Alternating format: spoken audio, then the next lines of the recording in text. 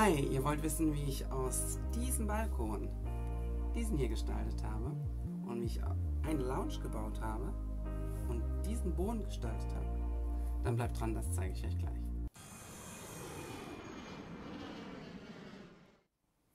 Hallo und herzlich willkommen auf meinem Kanal Flying Inspiration. Mein Name ist Patrick und hier auf diesem Kanal zeige ich euch alles um das Thema DIY, Makeover und Renovierungen. Falls euch diese Themen interessieren, könnt ihr euch gerne hier unten abonnieren. Es kostet nichts und ist kostenlos und ihr werdet immer auf dem neuesten Stand sein. Und zwar heute habe ich eine Lounge gebaut, denn ich halte nichts von diesen Paletten-Couchen, die mal trendy waren. Ich finde die sehr globig und nicht gerade sehr filigran. Da habe ich mir gedacht, ja, dann versuche ich das mal irgendwie andersrum und habe eine Lounge gebaut. Und dazu gab es auch noch einen neuen Boden. Und zwar den Boden, den habe ich gestrichen mit einer Schablonentechnik, aber dazu verrate ich euch jetzt nicht alles. Das lasse ich euch jetzt hier in dem Video erstmal anschauen. Also viel Spaß! Ja, wie ihr sehen könnt, ist das hier mein alter Balkon. Ist jetzt zwar nicht hässlich gewesen, aber es war ungemütlich und der Boden fand ich auch nicht mehr toll. Und ich habe halt irgendwas gesucht, wo ich mich auch mal hinlegen kann. Nach einer großen Auswahl habe ich mich dann für Rauschbunt entschieden zum Einklicken. Das stellte sich am einfachsten raus. Die Lounge musste ich mir nach Polster bauen und habe die IKEA Dufholmen genommen und dementsprechend musste ich mir da so ein bisschen was vorbasteln, damit ich mir visuell vorstellen konnte, wie es werden wird. Ja, ich habe mich dann auch bemüht, eine Skizze zu machen und versucht, alles richtig auszurechnen und dann ging es auch schon los. Dann habe ich mit einer Kappsäge die Bretter zurechtgeschnitten und damit ich nicht ständig Maß nehmen muss, habe ich mir die Kappsäge so hingestellt, damit das Brett zur Mauer meine Maße ist. Smart, right?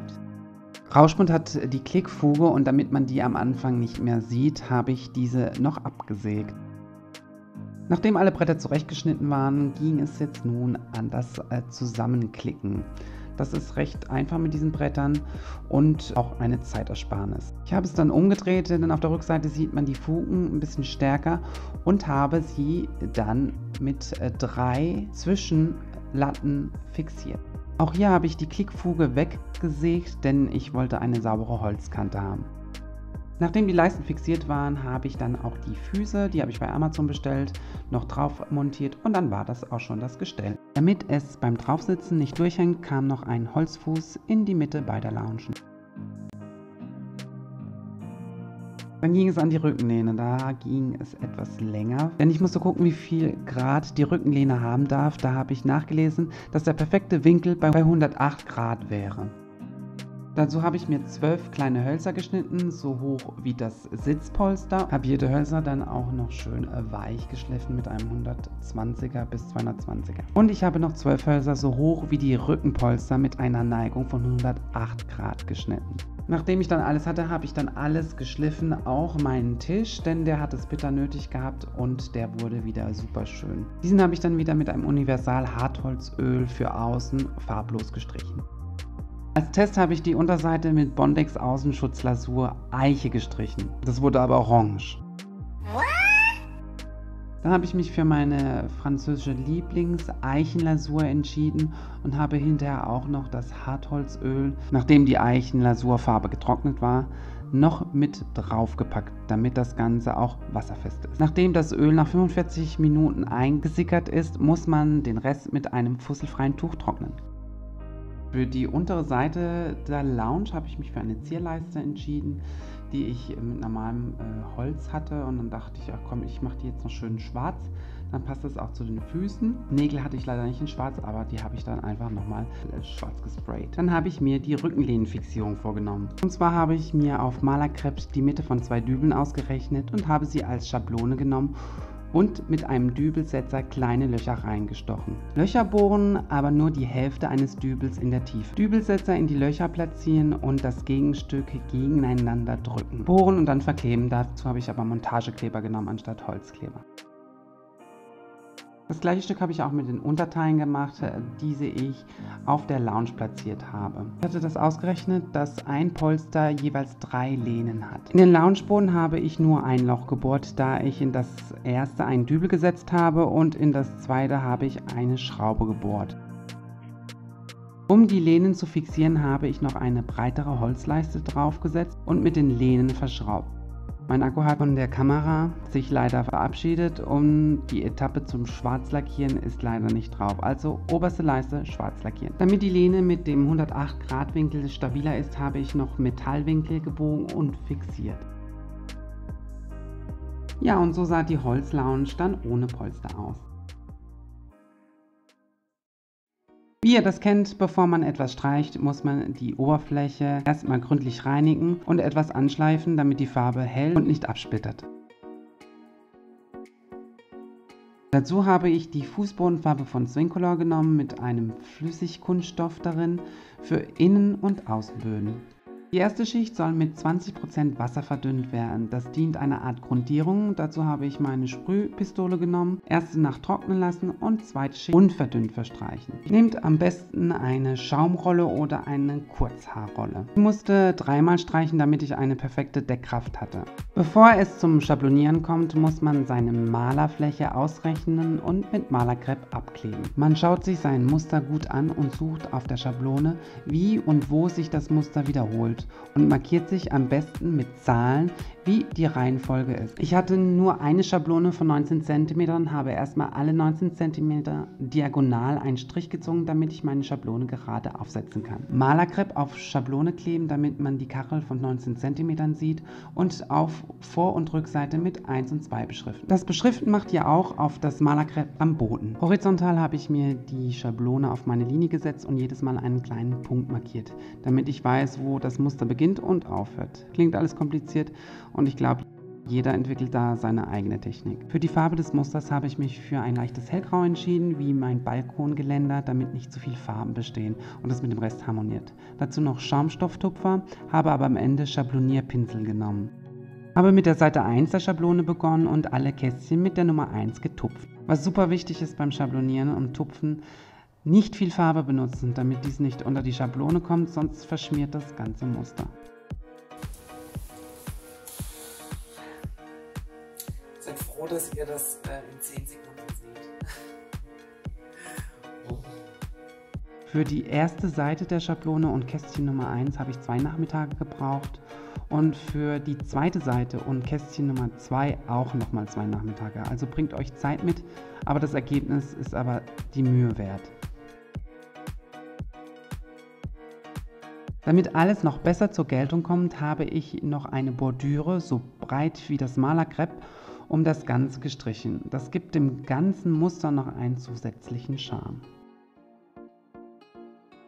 Dann heißt es Final Touch und noch mit einem Pinsel einige weiße Stellen zu korrigieren. Darüber kommt noch eine Klarversiegelung, aber Achtung, nehmt nicht wie ich eine Klarversiegelung mit Harz, denn auf hellen Böden gibt es eine kleine Verfärbung, also ich empfehle euch einen Klarlack oder Klarversiegelung ohne Harz.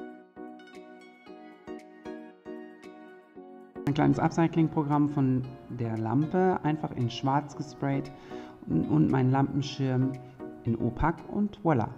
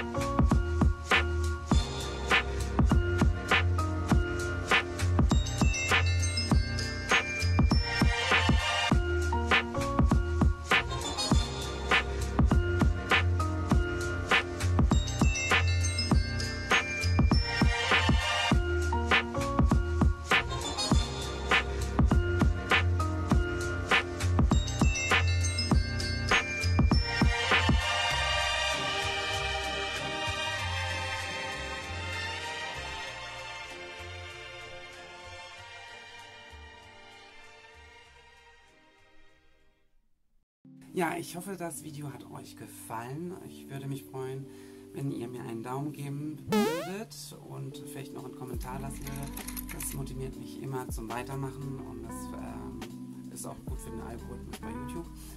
Auf jeden Fall bin ich super zufrieden mit meinem Ergebnis. Es ist sehr, sehr schön geworden. Ich liebe es jetzt hier auf dem Balkon zu sein. Es ist sehr gemütlich, gerade mit so einer Lounge. Da finde ich, kann man sich mal voll draufflitzen und abends ist das recht super angenehm.